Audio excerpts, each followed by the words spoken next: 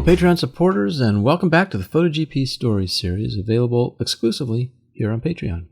Last time in Chapter 18, we looked at the 2013 Indianapolis Motor Speedway MotoGP event, and how that started off with Marc Marquez signing the First in Flight edition. Here in Chapter 19, we'll travel to Silverstone, a circuit I think of as the British Indianapolis. But in spite of Silverstone being a bear to work for photos, this event was always a highlight on the calendar for other reasons. So let's take a look.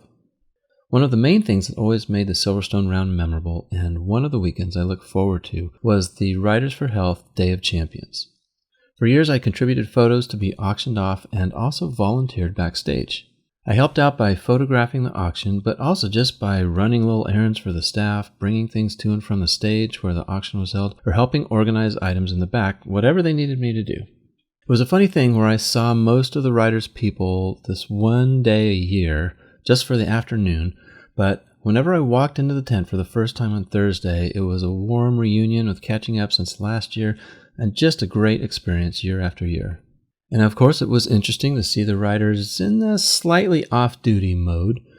Some were very relaxed before they went on stage, others were a bit nervous, but in general they were in a different frame of mind, from when they were at a media debrief or in the pit box for sure. One thing most of them shared almost without exception was a pleasure in helping out the auction, and most were very agreeable and pleased to be there. Of course, there were politics and egos involved, like who went on stage before whom and so on, but it was a really nice thing to be involved in, and I think most of the writers felt that as well. In 2013, I donated a print from the Casey Stoner Lukey Heights edition, and a friend snapped this photo on his phone as I was backstage and unable to take a photo of my own items auction. That's just how it worked out sometimes.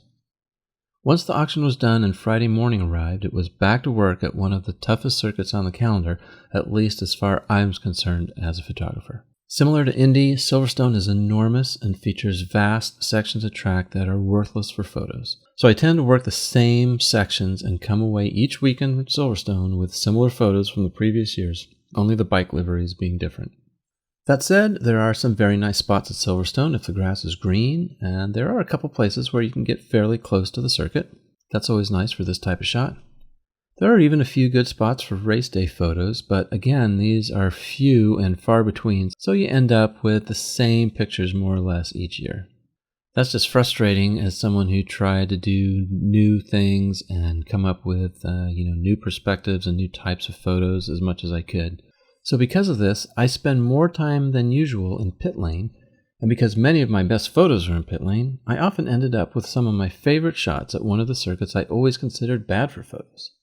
Again, Silverstone is similar to Indy in this way.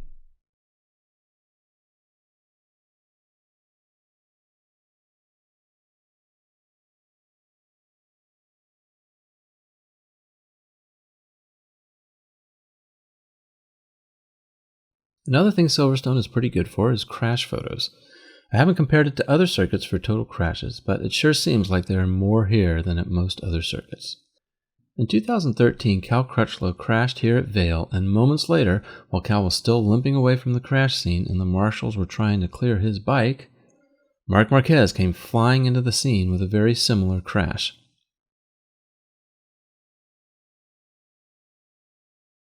It was a dangerous situation because Crutchlow's bike was still there and Marc barely missed it as he slid by. It was a bit too exciting for the marshals as well. They'd been working on clearing Cal's bike when Marc's bike came hurtling into the area. They scurried out of its way, and when the dust began to settle, they returned to the gravel trap to continue working on Cal's mess while another marshal tended to Marc. Altogether, this was a very near disaster. Quite easily, Marc's bike could have hit one of the marshals, or Cal, who was still trying to limp out of the way. And also, as Marc came sliding into the scene, he might have hit Cal's bike. So yeah, very dodgy situation. To sum up the 2013 Silverstone round, I'll leave you with this photo, one of my all-time favorites, and that's partially for the story that arose from this image. At the time of making this image, I was just playing around with slow shutter speeds in pit lane and hoping to get lucky, which I certainly did with this single frame. Danny Pedrosa's eyes are in focus among the wash of Repsol Honda colors. This shot was made at 1/8 of a second at 35mm on my beloved Nikon D3X, so the original file was nice and large and allowed me to crop it as I wanted. I figured that this was another of those images that I'm really pleased with, but which I often find that, well, I'm the only one who likes it so much. That was until I laid it in front of Danny Pedrosa at Valencia later that season so that he could sign it. I wanted a signed copy of this image for my office. To be honest, this image is one that I like to think of as being a proper Scott Jones image, and I was so pleased when he saw it and lit up and said it was amazing.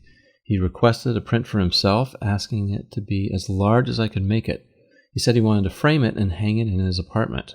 Of course, I was very happy to do that, so I printed a 40 by 30 inch print, which I brought to Austin, Texas the next season and delivered to him via Alberto Puig, who at the time was still acting as a sort of manager for Danny.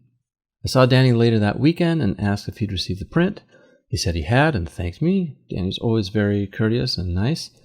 I asked him to send me a picture of the frame print in place, and he said he would. But to this day, I've still never received that photo. He said sometime later, a year or two later, that he had framed the print as planned, and again said that he'd send me a picture of it hanging in his apartment, but I am still waiting patiently. So that's it for Silverstone 2013. Next up is my favorite circuit in the world, Phillip Island. Hope to see you then, and as always, thank you very much for your support here on Patreon.